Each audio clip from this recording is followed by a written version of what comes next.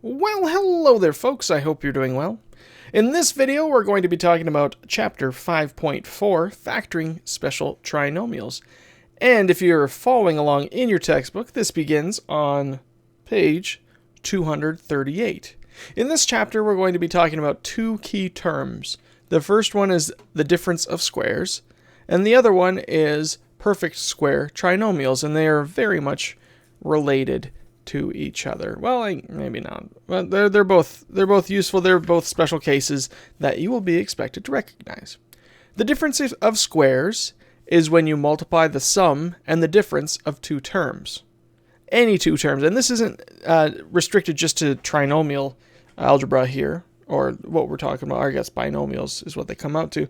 But in any time in math that we multiply a term with its, or two terms, sorry, the sum of two terms with the difference of those same two terms, it is a difference of squares. And in later math classes, we'll actually use this to be able to do other things with algebra. So it's something to keep in mind. It's not just for these next 5 minutes or next 20 minutes or whatever. It's for the rest of math. So a difference of squares, once again, is two terms added together, multiplied by those same two terms, subtracted from each other. And they result, the way that you can recognize them is they result in a perfect square subtracted by a perfect square. So in this case, it's just listed as u squared minus v squared. So anytime, and we're going to see a lot of them, that you see a perfect square minus a perfect square, you know that's a difference of squares. And it is factored by simply saying the square root of the first term plus the square root of the second term multiplied by the square root of the first term minus the square root of the second term. And we'll do some examples of that. The other one, of course, I mentioned was the perfect square trinomial. A perfect square trinomial is when you're multiplying a binomial by itself. For example, x plus 5 squared. And that's always going to look like the first term squared plus the first term times the second term times 2. So 5 times x gives me 5x times 2 gives me 10x plus the last term squared. So that's what it's going to look like. So first term's a perfect square, last term's a perfect square. The middle term is twice the product of the square root of the first term and the square root of the second term. Sorry, I did miss. I guess that's one way to put it. I like it rather as 2 times the two terms multiplied together. Either way, you get the same answer. So let's get started with those wonderful examples.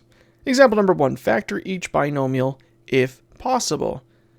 So the first one, let's look at A. We have x squared minus 9. Let me bring up my whiteboard, and we'll get crack-a-lackin' on this. So A is x squared minus 9. Well, let's see right here. X squared is a perfect square. X squared is simply x times x. And 9 is also a perfect square because 3 times 3 equals 9. We have a perfect square minus a perfect square, which means this is a difference of squares, a DOS. And because of that, the factored form is the first term, the square root of the first term, so the square root of x squared, which is x, plus the square root of the second term, which is 3, multiplied by the square root of the first term, which is still x, minus the square root of the second term, which is e. And all of these, so that you're able to recognize that they are perfect squares, are going to be fairly simple for the most part. And that's it for A. We're done. Bingo. Wonderful. Let's go back to our questions then. So B here, we have 16c squared plus 25a squared. So let's write down B, 16c squared plus 25a squared. These are also perfect squares because 16c squared, if I take the square root of it, that is going to equal, well, the square root of 16 is 4, the square root of c squared is c. So 16 squared is the same as 4c times 4c. And 25a squared is the same as 5a times 5a. So I do have two perfect squares here. So this is a perfect square. Oh, that kind of got cut off. Sorry about that. this is a perfect square. However, we have a plus sign here. We have a perfect square plus a perfect square. That's not a difference of squares. A difference of squares is a perfect square minus a perfect square, which lets me know that in this part, or at this point, we can't do it. We're done. We're done. So I think actually, let me look in your book. Ah, right. We're going to keep it like this. In the book, it's slightly different. On the slide needs to be modified. I don't know if it was a mistake in the original printing or what. But let's do BB. So let's do this as it's written in the book and not as it was written on the slide. So in BB, I have negative 16c squared plus 25a squared. You might look at this and say, well, that's exactly the same. However, I can rewrite this. This is the same as 25a squared plus negative 16c squared, which is the same as 25a squared minus 16c squared. Hey, this is a perfect square, this is a perfect square, and now they're subtracting each other. So if this is a negative 16c squared, it depends on which version of the book you've got, I guess. Then it is a difference of squares, and it's simply the square root of the first term, which we determined over here was 5a, plus the square root of the second term, which was 4c, multiplied by the square root of the first term, which is still 5a, minus the square root of the second term, 4c. So there we go. For B, depending once again on your version of the book, you may have a perfect square. Let's go over to C now. C, we've got m squared plus 16. Oh, well, guess what? This is going to end up just the way that B was looking like it was going to end up. So we have m squared plus 16. M squared, perfect square. It's m times m. The square root of m squared is equal to m. 16, perfect square. Because 4 times 4 is 16, the square root of 16 is equal to 4. However, I have a perfect square plus a perfect square. I can't deal with that. I can't factor this. Because you do not have the skills. Sorry, that was very messy. I'll just do that. So the answer to C is cannot be factored. At least using your current knowledge. D is pretty big looking. So we have 7g cubed h squared minus 28g to the power of 5. And right there looking at that, you know that 7's not a perfect square. You know that 28's not a perfect square, probably. So you might just conclude, well, this can't be done. However, we have to be careful. So 7g cubed, this is a g, not an a, g cubed h squared minus 28g to the power of 5. If I look at this, I have g in both of my terms, and I have 28 here and 7 here. 7 is a factor of 28. We can factor these things out. So I am going to factor this out. I'm going to look for my greatest common factor in both of these.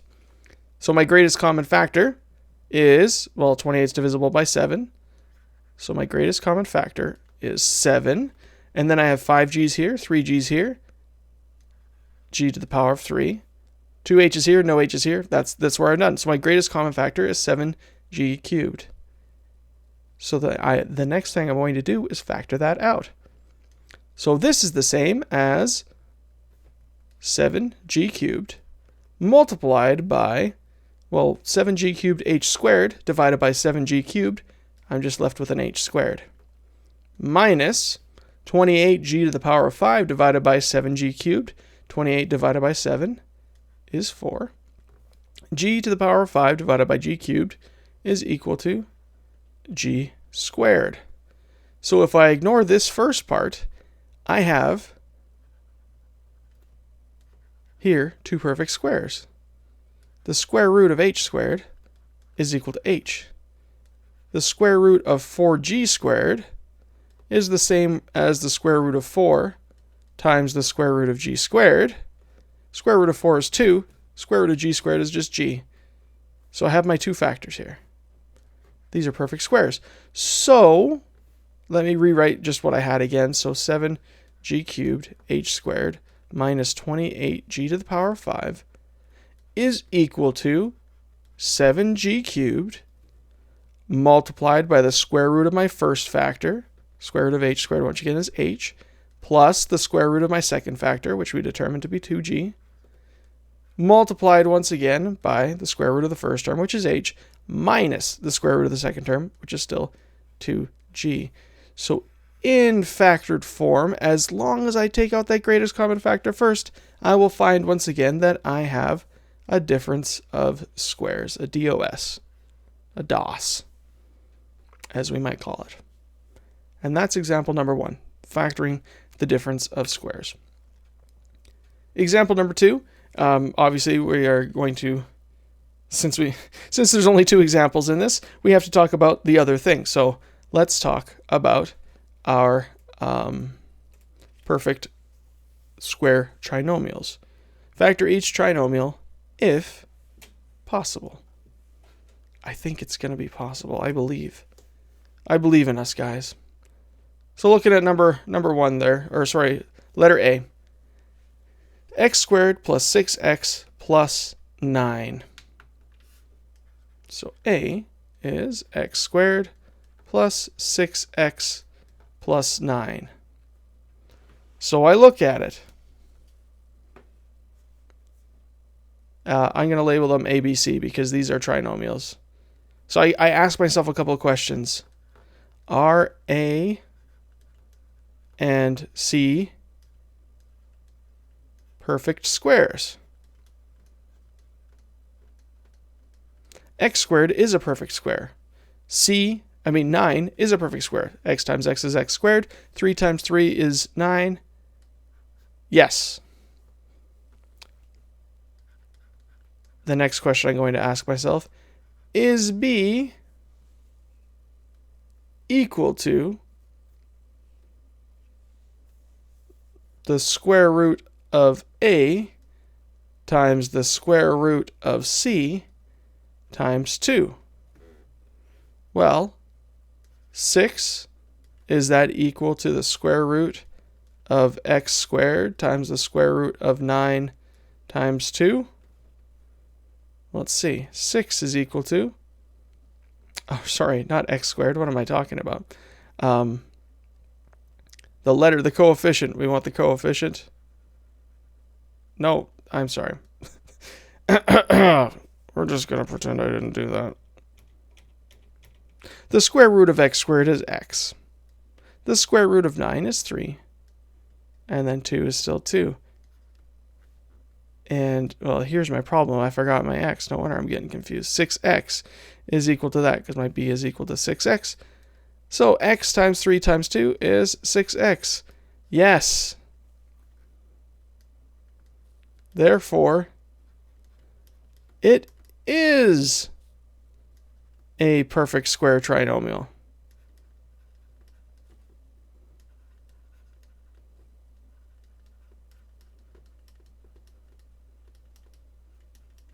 What does that mean for me? That means, so x squared plus 6x plus 9 is equal to the square root of the first term plus the square root of the second term, or sorry, the square root of the third term squared. That's how perfect square trinomials always are. First term, last term, both square rooted, all squared. There's a few different ways. In the book, it gives an example of algebra tiles if you're interested in using algebra tiles. But whatever way works for you. B now, we have 2x squared minus 44x plus 242. Well, this looks kind of ominous. But let's get it. Let's try it. So B, once again, let me b, we have 2x squared minus 44x plus 242. The first thing I want to do is find my greatest common factor, if any. In this case, I'm starting with a 2, and the other two are even numbers, so my greatest common factor is 2. I'm going to factor it out. So greatest common factor is equal to 2. So this is the same as 2x squared divided by 2 is just plain old x squared, minus 44x divided by 2 gives me 22x, plus 242 divided by 2 gives me 121. Wow, that's a number I've seen before. And now I check. Is this a perfect square? X squared is a perfect square. Is this a perfect square? 121, it's 11 squared. So square root of x squared is equal to x. Square root of 121 is equal to 11. Now the question is, what am I doing with this guy? I have the middle part. Let's do what we did last time. So we have 2 times x times 11 is equal to 22x. Okay, pretty close, but we want negative 22x.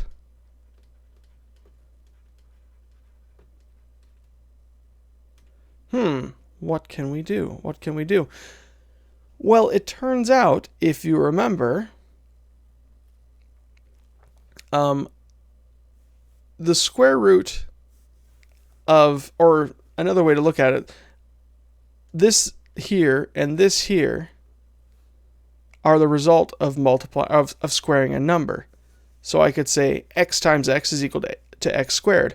However, negative x times negative x is also equal to x squared, because a negative times a negative is equal to a positive. In like manner, 11 times 11 is equal to 121, but negative 11 times negative 11 is also 121. So really I have two options here. The square root of x squared is x, or negative x. And the square root of 121 is 11, or negative 11. Sometimes we specify this, at least in later math classes, with a plus or minus square root. Usually we're just going to go with the positive one unless we have good reason to, or good reason not to. In this case we do. We have a negative sign that we can't account for. So we're going to go with the negative 11 this time. We could also go with the negative x. It should give us the same answer. But we'll go with the negative 11. So we now rewrite it. So we have 2x squared minus 44x plus 242 is the same as 2 multiplied by the square root of the first term, which we decided was going to be x, plus the square root of the second term, which is negative 11 squared. But generally we write that this way instead. 2 times x minus 11 squared. So this is how we're going to factor it right there. It's a little different, I guess. So that's how you do it. In the textbook, once again, they go through it a slightly different way. And so if this way confuses you, maybe try out the textbook way. See if it's a little more sensible. If not, please do talk to me. I'll try my best to help you out with that. Finally, we have c. So c gives us c squared minus 12x minus 36. All right. Well, let's write it down. C squared minus 12x minus 36. Look at the first term. First term is a perfect square. C squared, square root of c. Sorry, square root of c squared is equal to c. Last term, negative 36. That can be a perfect square. Or actually no, negative 36. Okay, 36 is a perfect square. We're gonna not worry about that. So the square root of 36 is equal to 6. However, just thinking about it, can you multiply? And let's keep what we had before. So negative 6, or negative c and negative 6. can I multiply two of the same number together and get a negative number? If I multiply two positive numbers together, I get a positive number. But if I multiply two negative numbers together, I still get a positive number. So there is no way that I can actually get this last bit here. I can't get negative 36. It's not allowed. In fact, if you try it in your calculator, the square root of any negative number, there we go, any negative number is not defined. In the real number system, negative numbers do not have a square root. So for this reason alone, it doesn't work. It doesn't work. So, no. Does not exist. For my perfect square trinomials, so PST, perfect square trinomials, it's always the form of, actually I'm going to look at my textbooks, use their letters. I was going to use my own letters, but it makes sense to use the textbook letters instead if they have them. They don't. We're going to use U. PST is always going to be U squared plus 2UV plus V squared, or U squared minus 2UV plus V squared. The perfect squares are always going to be positive. And when I factor them out, it's either going to be, if the second term is positive, it's going to be U plus V squared. If the second term is negative, it's going to be U minus V squared. For C, it doesn't follow these patterns, so it doesn't exist. And that's it. That's it for today, folks. I guess in summary, we talked about two different things. We talked about the difference of squares and perfect square trinomials. In the difference of squares, we have a binomial, and that binomial is a perfect square minus a perfect square. To factor that, it's always the square root of the first term plus the square root of the second term multiplied by, actually, why don't I write it? We have it here. So my difference of squares, I have a perfect square minus a perfect square. And so it is the square root of the first term plus the square root of the second term multiplied by the square root of the first term minus the square root of the second term. We also talked about perfect square trinomials, which always have the form of U squared plus 2 times the square root, or just plain old U. So we have a perfect square plus 2 times the square root of the perfect square times the square root of the other perfect square on the other side plus a perfect square. I said that in a very confusing way. My first term is a perfect square, my last term is a perfect square, the middle term is 2 times the square roots of both of them multiplied together, or the middle term is the negative of that. Still not working. Just look at this. Hopefully that helps. I hope this was helpful. If you have any questions, please do let me know. I hope you have a fantastic day. And yeah, I will talk to you later.